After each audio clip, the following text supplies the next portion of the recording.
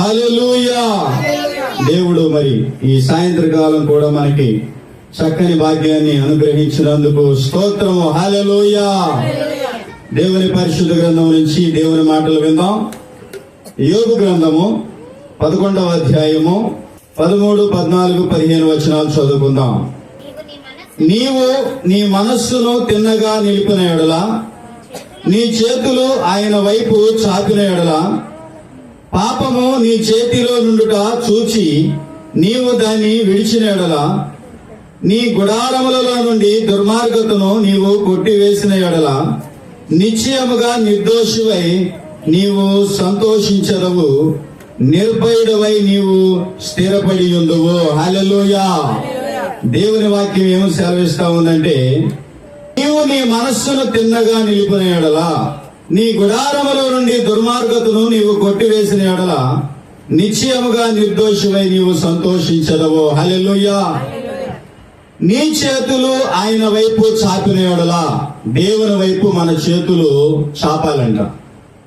ఒకవేళ మన చేతుల్లో పాపము ఉంటే, మన చేతుల్లో పాపం ఉందని మనం తెలిసినప్పుడు దానిని ఏం చేయాలంట?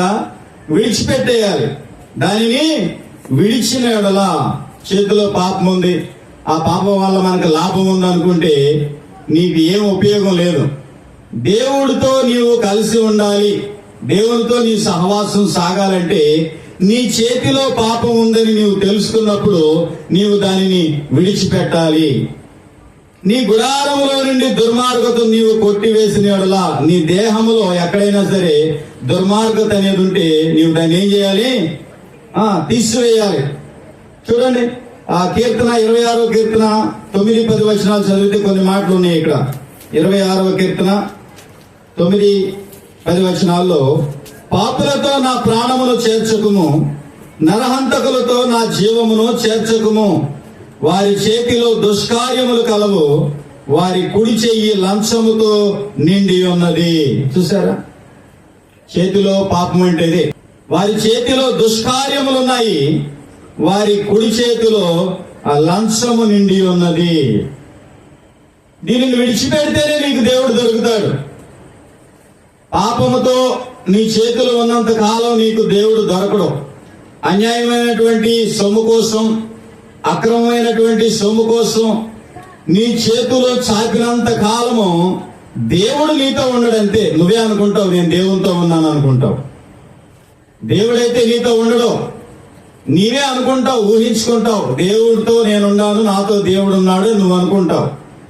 నీ చేతిలో పాపం ఉంటే, నీ గుడారంలో దుర్మార్గత ఉంటే దేవుడు ఎన్నటికీ నీతో స్నేహం చెయ్యడు. చెడిపోయిన వాళ్ళతో మంచి వాళ్లే స్నేహం చేయరు. చెడిపోయినటువంటి వారితో, పాపం చేతిలో ఉన్న వారితో, దుర్మార్గత చేతిలో ఉన్న వారితో దేవుడు ఎలాగా స్నేహం చేస్తాడు? దేవుడు చేయడు. రెండవదిగా చూస్తే యాకోబు పత్రిక 4వ అధ్యాయము 8వ వచనంలో ఒక మాట కనపడుతుంది, చిన్న మాట. దేవుని యొద్దకు రండి, అప్పుడు ఆయన మీ యొద్దకు వచ్చును. పాపులారా మీ చేతులను శుభ్రము చేసుకొనుడి, ద్విమనస్కులారా మీ హృదయములను పరిశుద్ధపరచుకొనుడి. ద్విమనస్కులేంటి? 2 రకాలైనటువంటి మనస్సులు, 2 రకాలైనటువంటి హృదయాలు. ఒకటి లోకము కావాలి, రెండోది దేవుడు కావాలి. దేవుడు కావాలి, లోకము కావాలి. లోకము కావాలి, దేవుడు కావాలి. ముందు దీన్ని సరి చేసుకోవాలి. ఏమంటున్నాడు? దేవుని యొద్దకు రండి. ఏమంటున్నాడు? అప్పుడు ఆయన మీ యొద్దకు వచ్చును. ఎలా రావాలి దేవుని యొద్దకి? మీ చేతిలో ఉన్నటువంటి పాపాన్ని విడిచిపెట్టాలి అంటున్నాడు. ఇంకా మనం చూసినప్పుడు, పాపులారా మీ చేతులను శుభ్రము చేసుకొనుడి. పాపం చేతిలో ఉంది, పాపం మన దేహంలో ఉంది.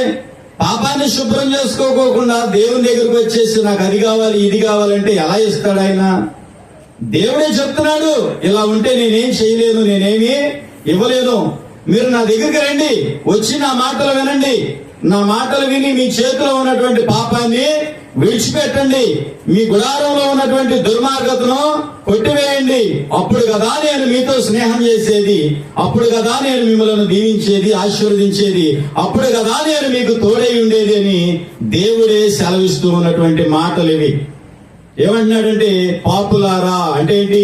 పాపం కావాలనుకుంటున్నారు, పాపం వల్ల లాభం వస్తుంది అనుకుంటున్నారు, పాపం వల్ల సంపాదన వస్తుంది అనుకుంటున్నారు, పాపం వల్ల ఆస్తి సమకూర్చబడుతుంది అనుకుంటున్నారు.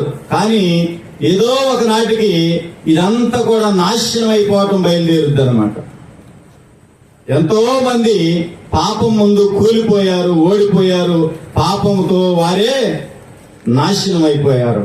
పాపం వల్ల ఎవరు కూడా లాభపడిన వారు లేరు. మన కంటికి వారు లాభం పొందినట్టు కనపడతా ఉంటది.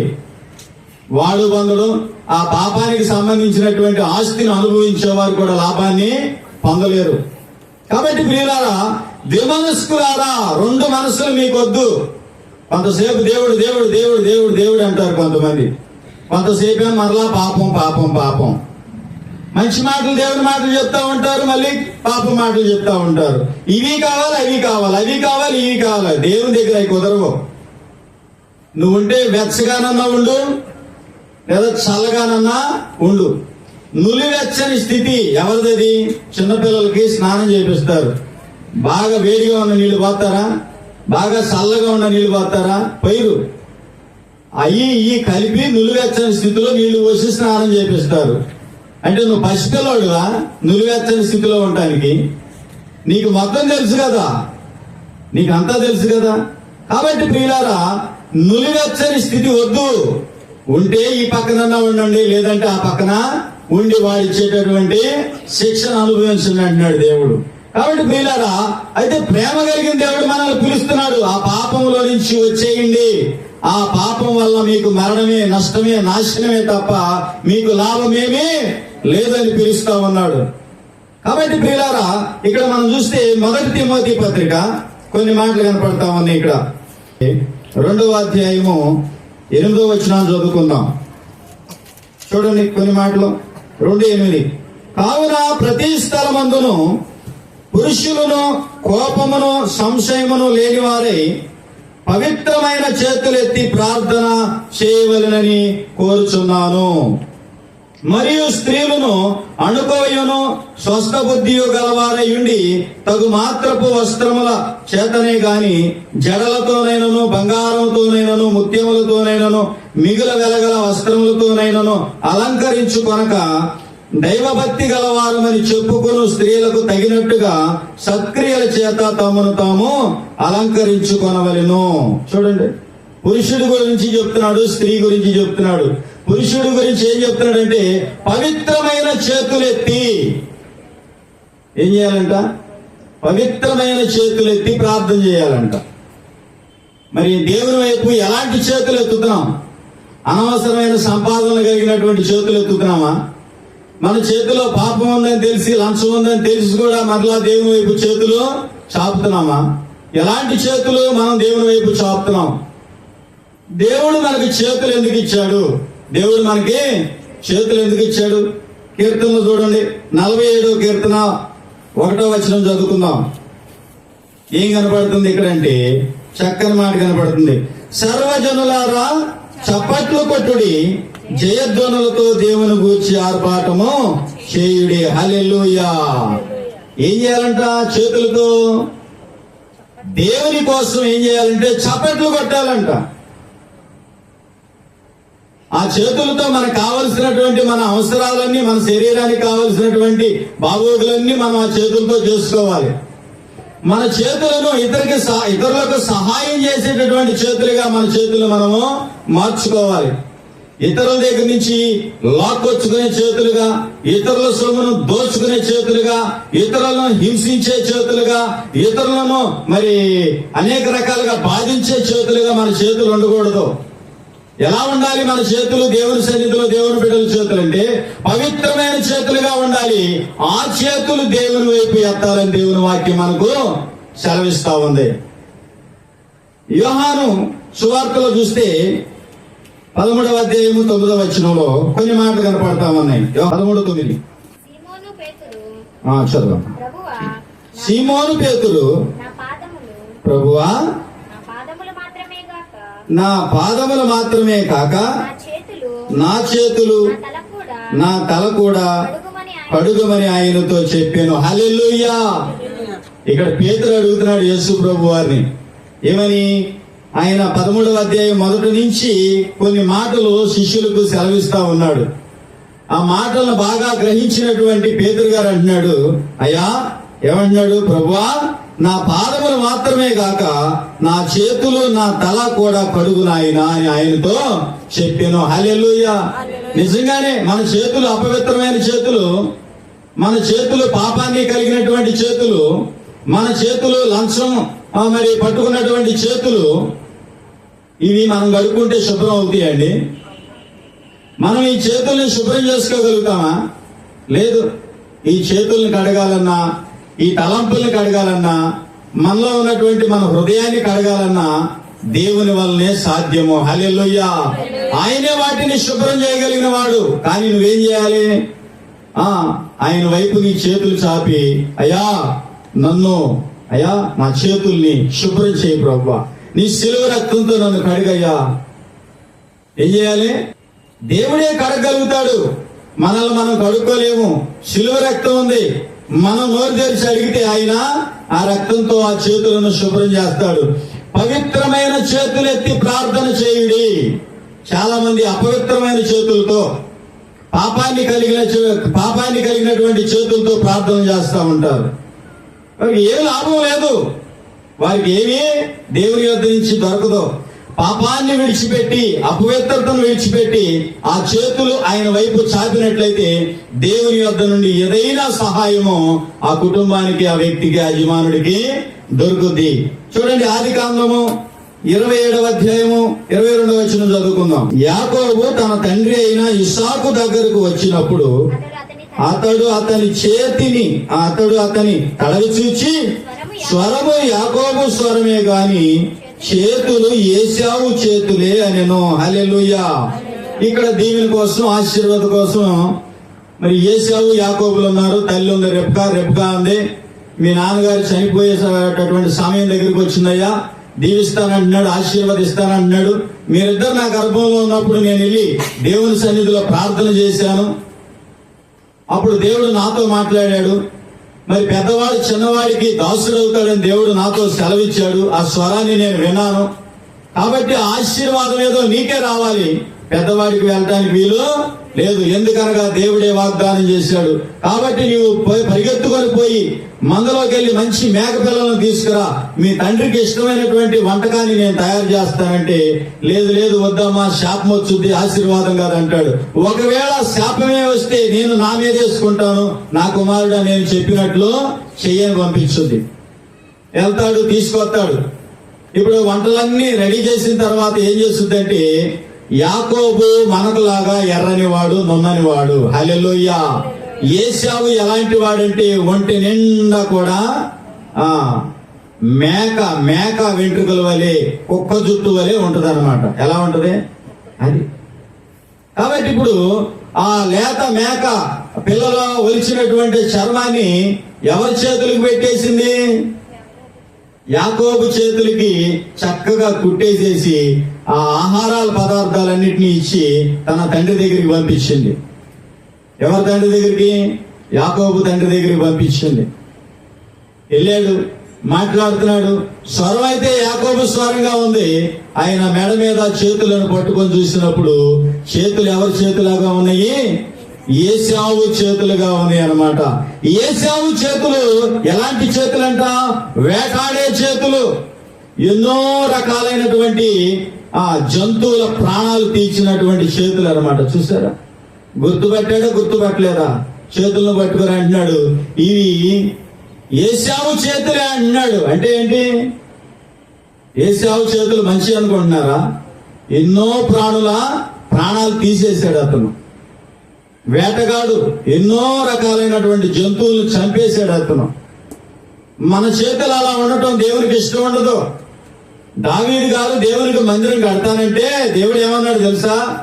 అనేక మందిని వధించి నీ చేతులను, నీ పాదములను ఆ రక్తంతో తడుపుకున్నావు, నీవు నాకు మందిరం కట్టడానికి వీల్లేదు అన్నాడు. హల్లెలూయా. నీ గర్భంలో నుంచి వచ్చినటువంటి కుమారుడి చేత నేను మందిరం కట్టించుకుంటానని సొలొమోనుతో మందిరం కట్టించుకున్నాడు దేవుడు. దావీదుతో మందిరము కట్టనేవలా. ఎందుకని? అనేక మంది ప్రాణాలు దావీదు తీశాడు. ఎవరి కోసం? యెహోవా యుద్ధాలు చేసినటువంటి దావీదు యెహోవా కోసమే చేశాడు. అయినా సరే ఏమన్నాడంటే, నీ చేతులు రక్తాన్ని చిందించినటువంటి చేతులు, నీ చేతులతో మందిరము కట్టొద్దన్న. అందుకని మన చేతులు ఎలా ఉండాలని కోరుకుంటున్నాడు దేవుడు అంటే, పవిత్రమైన చేతులుగా ఉండాలని కోరుకుంటున్నాడు. ఏశావు చేతుల వలె కాదు మన చేతులు ఉండాల్సింది. ఎలా ఉండాలంట? పేతురు గారు అడుగుతున్నాడు, అయ్యా నా చేతులు, నా తల, నా కాళ్ళను కూడా కడుగు.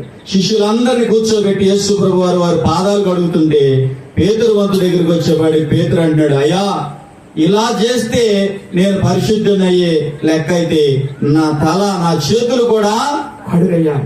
హల్లెలూయా. మనం అడగాలి ప్రార్థనలో, మన హృదయం, మన శరీరం ఎక్కడెక్కడ మనల్ని ఏ విధంగా శోధిస్తా ఉందో దేవునికి అప్పగించి, ఈ హృదయాన్ని కడుగయ్యా, ఈ శిరస్సును కడుగయ్యా, ఈ దేహాన్ని కడుగయ్యా అని మనం దేవుణ్ణి అడగాలి. ఆయన రక్తం మన మీద పనిచేస్తుంది. హల్లెలూయా. కాబట్టి ఏశావు చేతులు ఎలాంటి చేతులు? వేటాడే చేతులు, ప్రాణాలను తీసేటటువంటి చేతులు. చివరికి ఏమనుకున్నాడు తెలుసా? యాకోబును కూడా చంపేయాలనుకున్నాడు. ఏమనుకున్నాడు? అలాంటి చేతులు దేవునికి ఇష్టము కాదండి ప్రియులారా. కాబట్టి ఇక్కడ మనం చూస్తే విలాప వాక్యాలు 2వ అధ్యాయము 18వ వచనం చదువుకుందాం పరిశుద్ధ గ్రంథం నుంచి. నీవు లేచి రేయి మొదటి జామున మొరపెట్టుము, నీళ్లు కుమ్మరించినట్లు ప్రభువు సన్నిధిని నీ హృదయమును కుమ్మరించుము, నీ పసిపిల్లల ప్రాణము కొరకు నీ చేతులను ఆయన తట్టు ఎత్తుము. హల్లెలూయా. ఏంటంట? పవిత్రమైన చేతులు ఎందుకు? ప్రార్థన చేయడం కోసం ఎత్తాలంట. ఇంకెక్కడ మనం చూసినట్లయితే నీ పిల్లల ప్రాణం కోసం కూడా నువ్వు చేతులు దేవుని వైపు చాపాలి. ఎంతమంది తల్లులు చాపుతున్నారు పిల్లల కోసం చేతులు దేవుని వైపు? ఎంతమంది వారి కోసం పవిత్రమైన చేతులను తయారు చేసుకొని ప్రార్థన చేస్తున్నారు? చేస్తే మంచిదని దేవుడు చెప్తున్నాడు. ఒకవేళ ఈ వాక్యాలు మనకు వినపడలేదేమో, ఒకవేళ ఇప్పుడే వినపడుతున్నాయేమో, మనము ప్రార్థించేటప్పుడు మన చేతులను చూస్తాడంట దేవుడు. హల్లెలూయా. ఏం చూస్తాడు? మన చేతుల్లో దోషం ఉన్నా, మన చేతుల్లో పాపం ఉన్నా మన ప్రార్థన ఎందుకు పనికిరాదు. చేస్తామే కానీ దానికి ఉపయోగం ఏమీ ఉండదు. ఇక్కడ అంటున్నాడు, దేవుని వైపు నీ చేతులు ఎత్తు. ఎందుకు ఎత్తాలంటే నీ పసిపిల్లల ప్రాణము కొరకు. హల్లెలూయా. అందుకే యేసు ప్రభు వారు అంటారు, ఆయన సిలువ మోసుకొని వెళ్తా ఉంటే అనేక మంది స్త్రీలు వచ్చి దారి పొడుగున ఆయన భరించేటటువంటి బాధను చూడలేక విలవిల్లాడిపోతా ఏడుస్తా ఉంటే అంటాడు ఆయన, యెరూషలేము కుమార్తెలారా, మీరు నా కోసము ఏడవవద్దు, మీకోసము, మీ పిల్లల కోసము ఏడవండి. ఎవరండి అసలు వాళ్ళ పిల్లల కోసం ఏడ్చే తల్లిదండ్రులు ఏడు? అసలు పిల్లలందరూ చెడిపోతానే ఉన్నారు తెలుసా మీకు? ఎక్కడ చూసినా పిల్లలందరూ చెడిపోతానే ఉన్నారు. ఎందుకంటే అసలు ఆ పిల్లల కోసం తల్లిదండ్రి ప్రార్థించే వాళ్ళు లేరు. ముందు ఎవరైతే ప్రార్థించేవారు ఉన్నారో వారి హస్తాల్లో, వారి అండర్లో పిల్లలు ఉన్నారు. దేవుని కాపుదల్లో ఆ పిల్లలు ఉన్నారు. అసలు ప్రార్థనే చేయట్లేదు పిల్లల కోసం తల్లిదండ్రులు. ఎవరి కోసం వాళ్ళు చేసుకుంటానికే వీళ్ళకి కుదరట్లా. ఒకవేళ చేతులు చాపి ప్రార్థన చేద్దామంటే ఆ చేతులు ఏమో అనవసరమైనటువంటి సంపాదనతో మిగిలి ఉన్నాయి. హల్లెలూయా. దేవుని వాక్యం చెప్తుంది, నీ పసి పిల్లల కోసము రేయి మొదటి జామునే ఏం చేయాలంట? ఆయన వైపు నీ చేతులు ఎత్తు. హల్లెలూయా. సాయంకాల నైవేద్యము వలె. ఎలాగంట? ఎలాగా? సాయంకాల నైవేద్యం. రేయి మొదటి జాము అంటే సాయంత్రం దగ్గర నుంచి మొదటి జాము ప్రారంభం అవుతుంది వాళ్ళకి. కాబట్టి ప్రియులారా, ఇక్కడ మనం చూసామనుకోండి, నిర్గమకాండము 17వ అధ్యాయంలోకి వస్తే 10 నుంచి 13 వచనాలు చదువుకుందాం. నిర్గమకాండము 17వ అధ్యాయము 10 నుంచి 13 చదివితే 59వ పేజీ ఇక్కడ కనపడుతుంది. యెహోషువ మోషే తనతో చెప్పినట్లు చేసి అమాలేకీయులతో యుద్ధమాడిను. మోషే, అహరోను, హూరు అనువారు ఆ కొండ శిఖరమున ఎక్కిరి. మోషే తన చెయ్యి పైకెత్తినప్పుడు ఇశ్రాయేలీయులు గెలిచిరి. మోషే తన చెయ్యి దింపినప్పుడు అమాలేకీయులు గెలిచిరి. మోషే చేతులు బరువెక్కగా వారు ఒక రాయి తీసుకుని వచ్చి అతడు దాని మీద కూర్చుండుటకై దానిని వేసిరి. అహరోను, హూరులు ఒకడు ఈ ప్రక్కను ఒకడు ఆ ప్రక్కను అతని చేతులను ఆదుకొనగా అతని చేతులు సూర్యుడు అస్తమించు వరకు నిలకడగా ఉండెను. అట్లు యెహోషువ కత్తి వాడి చేత అమాలేకు రాజును అతని జనులను గెలిచెను. హల్లెలూయా! యుద్ధంలో ఉన్నారు వీళ్ళు. మోషే ఆయన చేతులు పైకెత్తినప్పుడు దేవుని తట్టు మోషే చేతులు చాపినప్పుడు ఇశ్రాయేలీయులు గెలుస్తా ఉన్నారంట. మోషే చేతులు బలహీనమయ్యి మొయ్యలేక కిందకి దింపినప్పుడల్లా ఎవరు గెలుస్తా ఉన్నారంటే అమాలేకీయులు గెలుస్తా ఉన్నారంట. ఇప్పుడు హూరు మరి అహరోను ఇద్దరు వచ్చి ఏం చేశారంటే మోషే యొక్క చేతులను ఆ పక్క ఒక చెయ్యి ఈ పక్క ఒక చెయ్యి ఇద్దరు పట్టుకున్నారు. ఆయన కూర్చోడానికి ఒక రాయేసి కూర్చోబెట్టి మోషే చేతులు అలా ఎత్తి సాయంకాలం వరకు పట్టుకున్నారంట. హల్లెలూయా! నీ చేతులు దేవుని వైపు చాపితే నీ శత్రువుల మీద దేవుడు నీకు విజయాన్ని ఇస్తాడు. హల్లెలూయా! దేవుని వైపు చేతులు చాపే పనే లేదు అసలు. దేవుని కోసం చప్పట్లు కొట్టే పనే లేదు అసలు. నువ్వు దీవించబడతావు వీటిని చేయటాన్ని బట్టి. చిన్ని చిన్ని పనులేవి, ఈ చిన్న పనులు నువ్వు చేయటాన్ని బట్టి నీవు దీవించబడతావు, నీవు ఆశీర్వదించబడతావు. హల్లెలూయా! నీ పిల్లల కోసం దేవుని వైపు చేతులు ఎత్తాలి. అయ్యా, ఈ పిల్లల్ని జ్ఞాపకం చేసుకున్నాయినా, ఈ పిల్లలను దీవించయ్యా, ఈ పిల్లలు మంచి మార్గంలో ఉంచయ్యా, ఈ పిల్లలకు జ్ఞానాన్ని దయచేయి, ఈ పిల్లలకు మంచి ఉన్నత స్థితులు దయచేయను ఆయనని నీ పిల్లల కోసం నువ్వు ఏం చేయాలంట? ప్రార్థించాలి దేవుని వైపు. కాకి పిల్లలు కూడా ఆహారం కోసం ప్రార్థన చేస్తున్నాయి అంట దేవునికి. ఏం చేస్తున్నాయి? కాకి పిల్లల కోసం కాకులు ప్రార్థన చేస్తున్నాయి అంట. కాకి పిల్లల కోసం కాకి పిల్లలు కూడా ఆహారం కోసం దేవునికి ప్రార్థిస్తా ఉన్నాయి అన్నమాట. మనమైతే మన పిల్లల్ని కన్నాము, వదిలేస్తున్నాం, వాళ్ళే పెరుగుతారులే అంటున్నాం. మన ఇష్టం అయిపోయింది. దేవుడే ఉన్నాడు, మా దేవుడే చూసుకుంటాడు. ఇది ఒక రకమైన ఫ్యాషన్ అయిపోయింది. నీకు ఆకలేస్తుంది, నువ్వు పనికి వెళ్లకుండా, డబ్బులు లేకుండా, కొట్టుకాడికి వెళ్లకుండా, కొనుక్కొచ్చుకోకుండా దేవుడే అన్ని తీసుకొచ్చి పెడుతున్నాడా? నీ అవసరం కోసం అన్ని తిరిగి తెచ్చుకుంటున్నావు లేదా? నువ్వు చేసే ప్రతి పనిలో నీకు దేవుడు తోడై ఉన్నాడు. దాన్ని గుర్తుంచుకోవాలి. దేవుడు ప్రత్యేకంగా నీ కోసం వచ్చేమి చేయడు.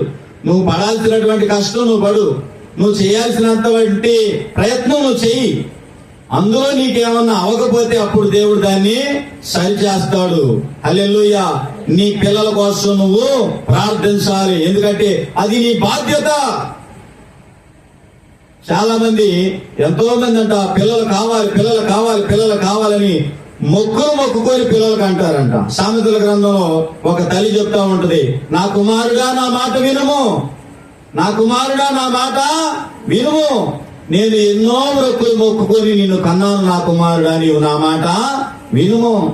పిల్లల కోసం ప్రార్థించే తల్లిదండ్రులుగా ఉండాలి. పిల్లలకు రక్షణ రావాలని ప్రార్థించే తల్లిదండ్రులు ఉండాలి. పిల్లలకు మంచి మార్గంలో పెరగాలని తల్లిదండ్రులు ఉండాలి.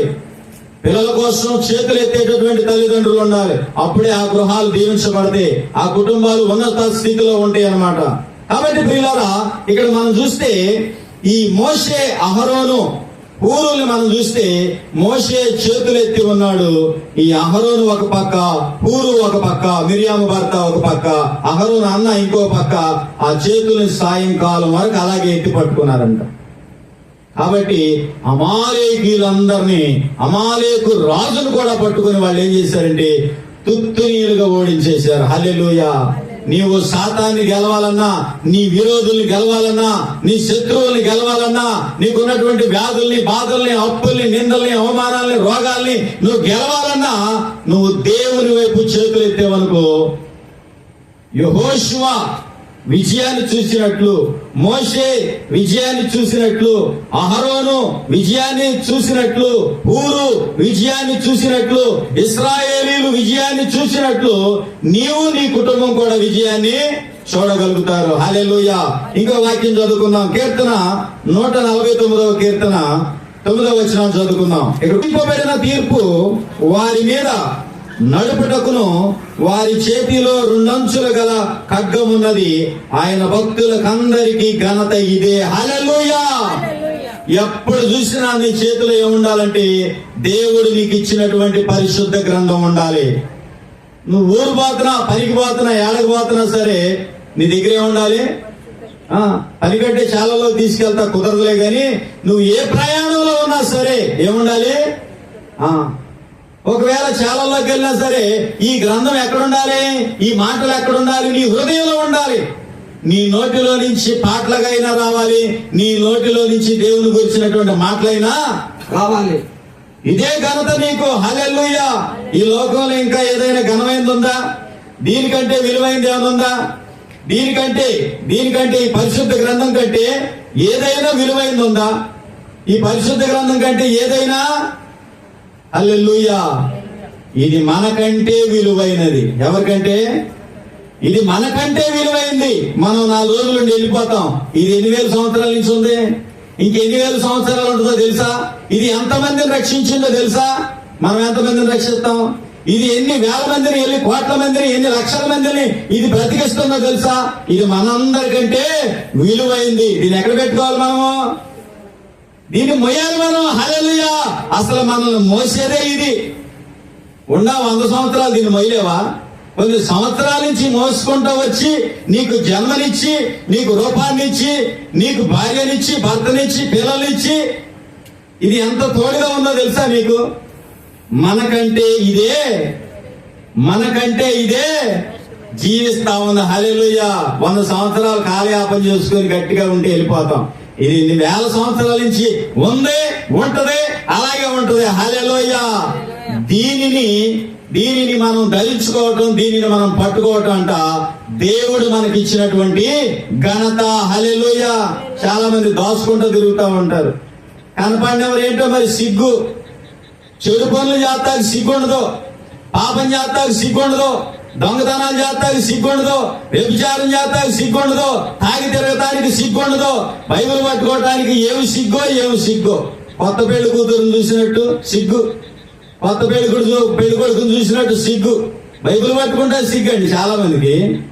ఏంటిది? దేవుడు నీకు ఇచ్చాడు. ఇది నీకు ఘనత. హల్లెలూయా. ఇది మన చేతిలో ఉండాలి, ఇది మన బ్రతుకులో ఉండాలి, ఇది మన ఇంటిలో ఉండాలి, ఇది మన హృదయంలో ఉండాలి. ఇదే మనకు దారి చూపించుద్ది. ఎక్కడికి?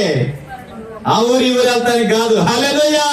పరలోకం వెళ్ళడానికి దారి చూపించేదే ఇది. యేసయ్య దగ్గరికి వెళ్ళడానికి దారి చూపించేదే ఇది. దీని యందు మనం సిగ్గుపడకూడదు. దీన్ని చూసి నువ్వు సిగ్గుపడ్డావా, రేపు యేసయ్య దగ్గర ఈ పరిశుద్ధ గ్రంథం నిన్ను చూసి సిగ్గుపడుద్ది. యేసయ్య కూడా నిన్ను చూసి పాపం చేసేటప్పుడు లేని సిగ్గు బైబిల్ పట్టుకుంటాకు వచ్చిందా? హల్లెలూయా. కాబట్టి ఇంకో మాట చదువుకుందాం. ఏమనుందంటే ఆదికాండం 39:21 అంటే అయితే యెహోవా యోసేపునకు తోడయుండి అతని యందు కనికరపడి అతని మీద ఆ చెరసాల యొక్క అధిపతికి కటాక్షము కలుగునట్లు చేసెను. చెరసాల అధిపతి ఆ చెరసాలలోనున్న ఖైదీలందరినీ యోసేపు చేతికి అప్పగించెను. హల్లెలూయా. నీ చేతులు మంచి అయితే అర్థమవుతుందా? దేవుడు నీకు ఎవరినైనా అప్పగిస్తాడు. నీ చేతులు మంచి కాదనుకో, దేవుడు నీకు ఏ పని అప్పగించలేడు, దేవుడు నీకు ఆశీర్వాదాన్ని అప్పగించలేడు, దేవుడు నీకు మంచిది ఏది అప్పగించలేదు. నీ చేతులు మంచి అయితే, నీ చేతులు యోసేపు వలె పవిత్రమైన చేతులు అనుకో, నీకు మంచి అధికారాన్ని అప్పగిస్తాడు. హల్లెలూయా. యోసేపుకి ఐగుప్తుని అప్పగించాడు. ఐగుప్తునే కాదు, ఆహారం అక్కడ ఉండటాన్ని బట్టి సమస్త దేశం అంతా కూడా ఎవరి చేతిలోకి వెళ్ళిపోయింది? యోసేపు చేతిలోకి వెళ్ళిపోయింది. హల్లెలూయా. దేవుని ఆశీర్వాదాన్ని అందుకునే చేతులుగా మన చేతులు ఉండాలని దేవుడు మనకి తెలియపరుస్తూ ఉన్నాడు. నెహెమ్యా గ్రంథంలోకి వస్తే 4వ అధ్యాయము 17వ వచనం చదువుకుందాం. గోడ కట్టువారు బరువులు మోయేవారును బరువులు ఎత్తువారును ఒక్కొక్కరు ఒక చేతితో పనిచేసి ఒక చేతితో ఆయుధము పట్టుకొని ఉండిరి. హల్లెలూయా. యెరూషలేము గోడను మరలా కడుతున్నారంట. వీళ్ళు ఈ గోడను కట్టేటప్పుడు, దేవుని మందిరాన్ని చేసేటప్పుడు, దేవుని మందిరంలో పని చేసేటప్పుడు వీళ్ళు ఎలా పని చేసేది తెలుసా? ఒక చేతిలో కత్తి అంట, ఒక చేతితో పని అంట. ఏంటి? ఒక చేతిలో కత్తి, ఇంకో చేతితో పని. ఒక చేతితో కత్తి, రెండో చేతితో దేవుని పని. మన విశ్వాస జీవితంలో కూడాను ఎలా ఉండాలి మనం అంటే, మన దైనందిన జీవితంలో మన పని మనం చేసుకుంటా ఉండాలి, అలాగే దేవుని పని కూడా మనము చేస్తా ఉండాలి. మన పని మనం చేసుకోవాలి, దేవుని పని కూడా చేయాలి. దేవుని పని చేయాలి, మన పని మనము చేసుకోవాలి. అమ్మో దేవుని పని యాతన అయిపోతుంది, ఈ పని యాతన అయిపోతుంది, అలా కాదు. మనం ఎలా ఉండాలంటే, ఇటు దేవుని పని చేసుకోవాలి, అటు మన పని కూడా చేసుకోవాలి. రెండవదిగా చూస్తే కీర్తన 24వ కీర్తనలోకి వస్తే 4-5 వచనాలు చదువుకుందాం. వ్యర్థమైన దాని యందు మనస్సు పెట్టకయు, కపటముగా ప్రమాణం చేయకయు, నిర్దోషమైన చేతులను శుద్ధమైన హృదయము కలిగి ఉండు వాడు యెహోవా వలన ఆశీర్వాదము నొందును. హల్లెలూయా. ఏంటంటే వ్యర్థమైన వాటి మీద మనసు పెట్టకూడదు. ఏది వ్యర్థమైందో మనకు తెలుసు. ఇక్కడ ఇంకా మనం చూస్తే కపటముగా ప్రమాణం చేయకుండా ఉండాలి. రకరకాల ప్రమాణాలు చేస్తూ ఉంటారు. సరే, వీటిని పక్కన పెట్టండి. నిర్దోషమైన చేతులు శుద్ధమైన హృదయం కలిగి ఉండేవాడే యెహోవా వలన ఆశీర్వాదం పొందుతాడు. హల్లెలూయా. దేవుని ఆశీర్వాదం మనకు రావాలంటే మొదట మన చేతులు శుభ్రంగా ఉండాలి. మన చేతులు మన పిల్లల కోసం దేవుని వైపు చాపే చేతులుగా ఉండాలి. మన చేతులు పరిశుభ్రమైన చేతులుగా ఉండి ప్రార్థించే చేతులుగా ఉండాలి. మన చేతులు మన విరోధుల మీద యుద్ధం చేసేటటువంటి చేతులుగా ఉండాలి. మన చేతుల్లో పాపం ఉందనుకోండి, దాన్ని విడిచిపెట్టుకోకుండా మనం ఎన్ని ప్రార్థనలు చేసుకున్నా, ఎన్ని దాన ధర్మాలు చేసినా కానీ మనకి ఏం ఉపయోగమో ఉండదు ప్రియులారా. కాబట్టి ప్రియులారా, ఈ రాత్రికాల సమయం మనం చూసామనుకోండి, దేవుడు ఆయన కోరుకునేది ఏంటంటే, మన చేతులు ఎలా ఉండాలంటే శుభ్రముగా ఉండాలని కోరుకుంటున్నాడు. మన చేతులు ఎలా ఉండాలి అంటే నిర్దోషమైన చేతులుగా ఉండాలంట. నిర్దోషమైన చేతులుగా ఎవరి చేతులు ఉన్నాయి? యెహోషువ చేతులు ఉన్నాయి. దీవించేశాడు పక్కన. నిర్దోషమైనటువంటి చేతులుగా ఎవరి చేతులు ఉన్నాయి? మోషే చేతులని దీవించేశాడు. నిర్దోషమైనటువంటి చేతులుగా ఎవరి చేతులు ఉన్నాయి? సొలొమోను చేతులు ఉన్నాయి. ఆయన మందిరాన్ని కట్టించుకున్నాడు. నిర్దోషమైనటువంటి చేతులుగా ఎవరి చేతులు ఉన్నాయి? యోసేపు చేతులు ఉన్నాయి, అబ్రహాం చేతులు ఉన్నాయి, ఇస్సాకు చేతులు ఉన్నాయి, యాకోబు చేతులు ఉన్నాయి. హల్లెలూయా. వాళ్ళందరూ దీవించబడ్డారా లేదా? ఆశీర్వదించబడ్డారా లేదా? హల్లెలూయా.